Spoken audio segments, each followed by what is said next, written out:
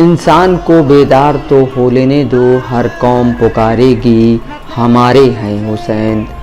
उत्तर प्रदेश के कानपुर में जब मुहर्रम की 10 तारीख को ताज़िए का जुलूस उठा तो भाजपा नेताओं ने न सिर्फ जुलूस का इस्तकबाल किया बल्कि जुलूस के साथ चलकर हिंदू मुस्लिम एकता की एक नज़ीर पेश की। यहाँ मुहर्रम की 7 तारीख 9 तारीख की रात व 10 तारीख को अन्नू अंसारी की सरपरस्ती में जुलूस उठता है।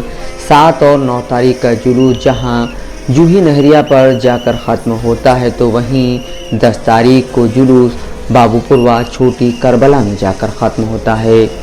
जुलूस के इस्तकबाल के लिए भाजपा पार्षद विद्या देवी के साथ भाजपा नेता वेद वर्मा, शरद वर्मा, भाजपा युवा मोर्चा मंडल उपाध्यक्ष आकाश ठाकुर, भाजपा नेता राजेश गुप्ता व रितेश शर्मा के अलावा हिंदू धर्म के काफ़ी लोग मौजूद थे। इस्लामी कैलेंडर के मुताबिक साल का पहला महीना मुहर्रम होता है। इसे गम का महीना भी कहा जाता है। 12वीं शताब्दी में गुलाम वंश के पहले शासक कुतुबुद्दीन ऐबक के समय से ही दिल्ली में इस मौके पर ताज़िया यानी मुहर्रम का जुलूस निकाले जाते रहे हैं। उनके बाद जिस भी सुल्तान ने भारत में राज किया उन्होंने ताज़िए की परंपरा को चलने दिया। हालांकि वो मुख्य रूप से सुन्नी थे, शिया नहीं थे। पैगंबर इस्लाम हज़रत मोहम्मद साहब के नवासे हज़रत इमाम हुसैन को इसी मुहर्रम के महीने में 680 ईस्वी में करबला की जंग में परिवार और दोस्तों के साथ शहीद कर दिया गया था। करबला की जंग हज़रत इमाम हुसैन और उमय्यद साम्राज्य के संस्थापक अमीर मुआविया के पुत्र बादशाह यजीद की सेना के बीच हुई थी। मुहर्रम में मुसलमान हज़रत इमाम हुसैन की इसी शहादत को याद करते हैं। हज़रत इमाम हुसैन का मकबरा इराक के शहर करबला में उसी जगह है जहां ये जंग हुई थी। ये जगह इराक की राजधानी बगदाद से करीब 120 किलोमीटर दूर है और बेहद सम्मानित जगह है।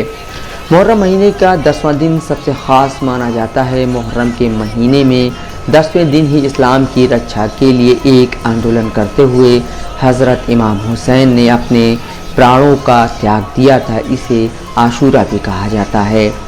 मुहर्रम शिया और सुन्नी दोनों ही बड़े ही अक़ीदत के साथ मनाते हैं। आशूरे के रोज़ शिया मुसलमान इमाम बाड़ों में जाकर मातम करते हैं और ताज़िया निकालते हैं। भारत के कई शहरों में मुहर्रम में शिया मुसलमान मातम मनाते हैं, लेकिन लखनऊ इसका मुख्य केंद्र रहता है। यहाँ के नवाबों ने ही शहर के प्रसिद्ध इमाम बाड़ों का निर्माण करवाया था। उस वक्त लखनऊ को अवध के नाम से जाना जाता था। नवाबों की रियासत में ही शायरों ने मुहर्रम के लिए मरसिया यानी किसी की शहादत को याद करते हुए लिखी गई कविता लिखा और उसे पढ़ा भी। उनमें से सबसे मशहूर थे मीर अनीस, जिन्होंने करबला की जंग का अद्भुत वर्णन किया है। मुहर्रम में जो मरसिया गाया जाता है उसमें इमाम हुसैन की मौत का बहुत विस्तार से वर्णन किया जाता है।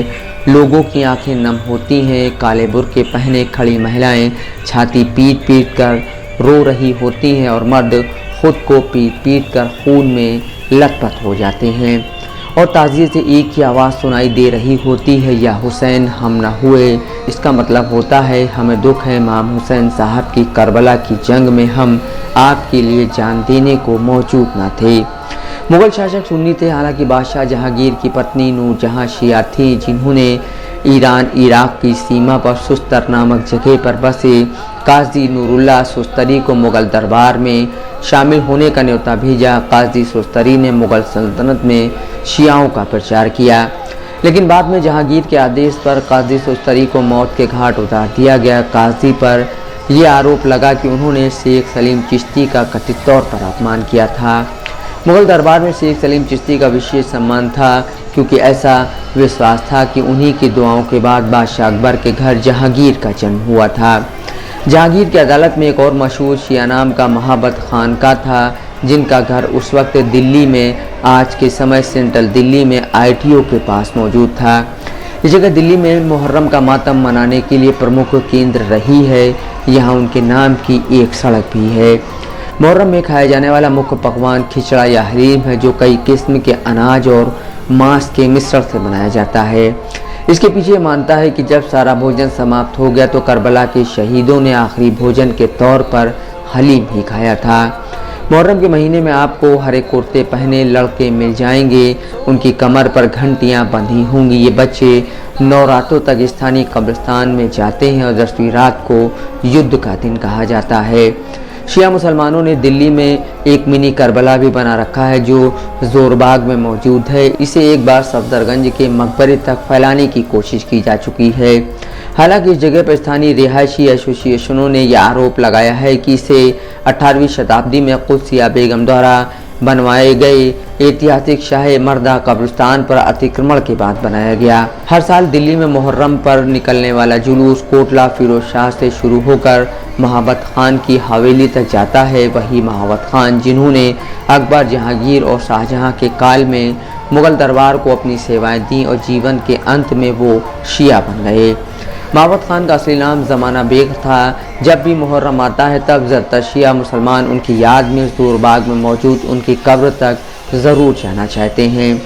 करबला की जंग से हुसैनी ब्राह्मणों का भी इतिहास जुड़ा है। कहा जाता है कि हुसैनी ब्राह्मणों को इमाम हुसैन से मोहब्बत थी, इतनी मोहब्बत कि जब उन्हें इमाम की शहादत के बारे में पता चला तो अमीर मुख्तार के साथ मिलकर हुसैनी ब्राह्मणों ने हुसैन का बदला लिया था। राहिब सिद्दत पैगंबर का एहसान नहीं भूले, तो इसलिए जब उन्हें पता चला कि यजीद की फ़ौज इमाम का सिर काट कर कूफा शहर ले जा रही है तो अपने जत्थे के साथ वो गए और लड़ाई में इमाम का सिर ले आए। इमाम का सिर लेने जब यजीदी फ़ौज वापस आई तो दत्त ने अपने एक बेटे का सिर काट कर दे दिया। फ़ौज चिल्लाई कि इमाम का सिर नहीं है और इमाम का सिर बचाने के लिए दत्त ने एक एक कर अपने सभी बेटों का सिर काट कर दे दिया। हालांकि ये कुर्बानी काम न आई और बाद में दत्त ब्राह्मणों को अमीर मुख्तार का साथ लेकर इमाम हुसैन का बदला लेना पड़ा।